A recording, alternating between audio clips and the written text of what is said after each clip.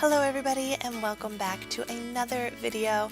Today I'm going to be showing you some extremely easy and affordable dump and go recipes that are just so easy and so delicious. All you have to do is dump everything right into your crock pot and let it sit, and it'll be ready for you when you get back. I always love to make these before I head out to work, and then I have them ready when I get home, and I have a full delicious meal ready for me, and I cannot wait to share these with you and hear what you think about these amazing recipes.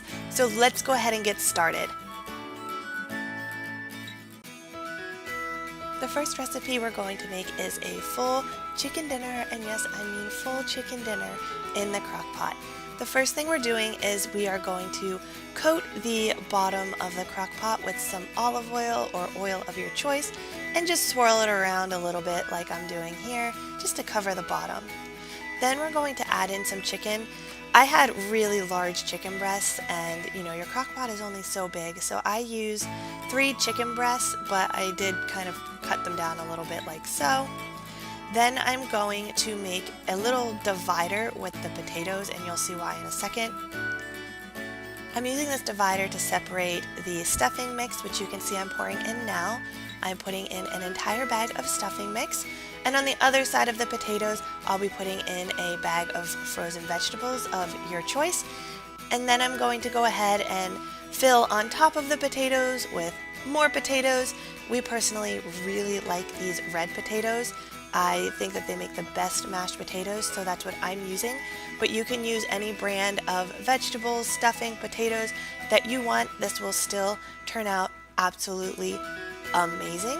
So this is what this looks like, and now I'm just going to season it to taste. I'm just putting some salt, pepper, and oregano on top. It's always good if you put some more olive oil, or you can put garlic powder, onion powder. However you like to have your chicken seasoned, you can just throw it in on top and let it cook just like that.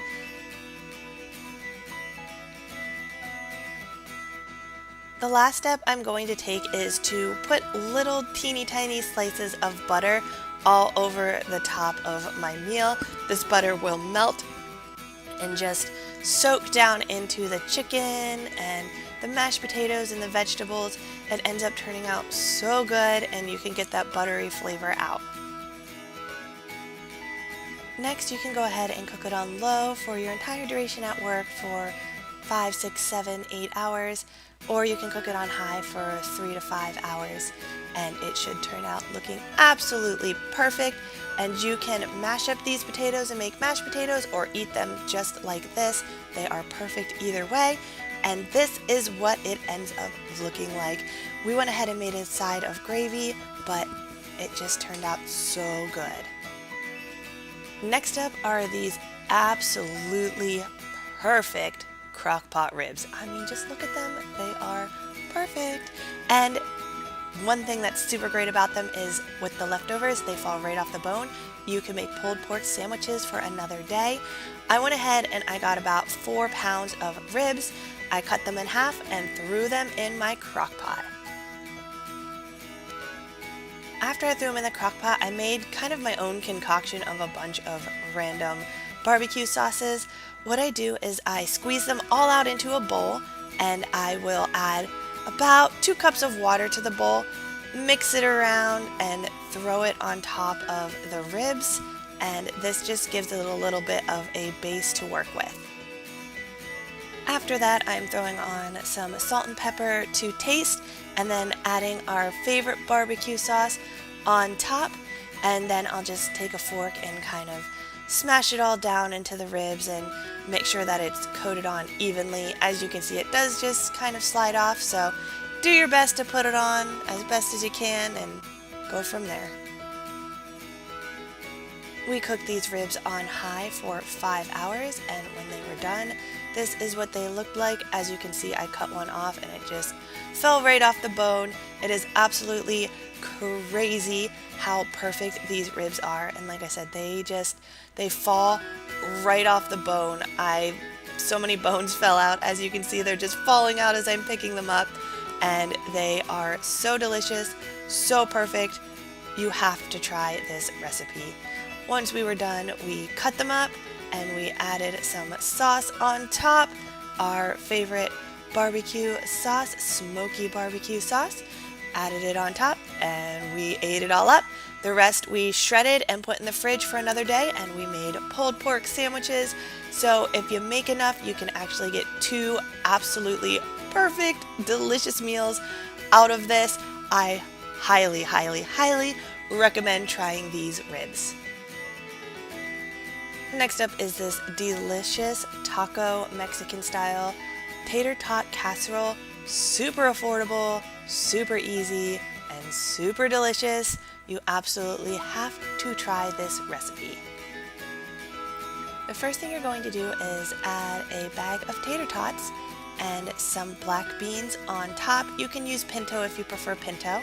Then we're using a pepper and an onion, chopping them up, adding those on top like so. I cut them nice and fine. You don't have to use these if you don't like onions and peppers. It's totally up to you. Then we are adding on some ground beef that I had made previously for a taco night that we had. So these were left over, and I'm only putting it on half because I didn't want the ground beef on my half. We're adding some enchilada sauce and some fajita sauce on top. This just gives it a little bit more seasoning and a little bit more flavor. Like I said, it's totally customizable to you. We're adding mild cheddar. You can add taco cheese or Mexican style cheese, whatever you prefer. You just add whatever you like on your taco on top of these tater tots. Now we're going to let this cook on high for about 4 hours, and it turns out looking like this. I like to add some crushed up chips on top. It gives it a little bit more of a crunch, kind of like having a hard shell taco on top. Then we're adding tomatoes. I'm adding some lettuce on top.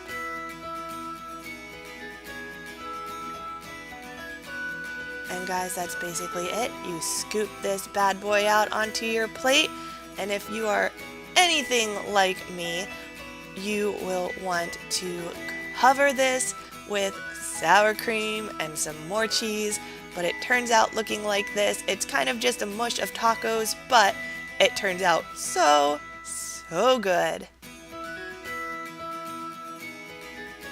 And next up is my 3-way Cajun chicken pasta. Yes, I said 3 ways. There are 3 different ways you can eat this pasta, and it is also so good. So the first thing is to add about 1 pound of your favorite pasta into your crock pot. I use rotini. You can use whatever type of pasta you like, and I suggest a crock pot liner for this. If you have one, definitely get some. Next, I'm adding in a jar of Alfredo sauce, and I'll go ahead and dump this in, and then I'm also adding a jar of water to it, just because the pasta will get really dry if you do not add more water. As you can see, I'm not pre-cooking the pasta, so we do need to add a little bit of water into it so that the pasta can soak up that water. If you want to cook this for extra long, you'll want to add even more water than a can into this. So I'm just going to go ahead and stir it around, make sure it's mixed up really well, and move on to the next step. I'm seasoning this with garlic and onion powder, salt and pepper, and then I'm adding a can of diced tomatoes on top. We'll go ahead and mix that around so it's nice and mixed up. I'm adding in 3 frozen chicken breasts on top. It is totally up to you if you want to use frozen, and I'm coating it with olive oil, some salt, and some pepper. I'll add a little bit of chili powder on top, and this Cajun seasoning. I will entirely coat the chicken. So this is what I did. It is spicy, so if you don't like spice, I wouldn't suggest coating it this much, but this is how we chose to do it. Then I'm going to let it sit and cook it on high for a 6-hour time limit, and it will come out amazing. Now, to make this 3 ways, you have a couple of options. One, you can just remove one of the chickens or all of the chicken and have the pasta as a side. You can also have the pasta alone without the chicken. Or you can also dice up the chicken, or if you cook it for longer, you can actually shred the chicken and then you'll just add the chicken back into the pasta and mix it around, and now you've got a 100% chicken pasta, and it will look like this. So tasty. And here are the three options again: the chicken pasta, the pasta on its own, and the chicken with a side of pasta. All three are absolutely amazing. Thank you so much for watching my Dump and Go Crock-Pot recipe video. Please let me know if you're going to try any of these recipes, and if you do try them, come back and let me know how they are. Thank you so much for watching. Don't forget to give this video a big thumbs up, hit that subscribe button that you currently see on your screen, and I will see you guys in the next one.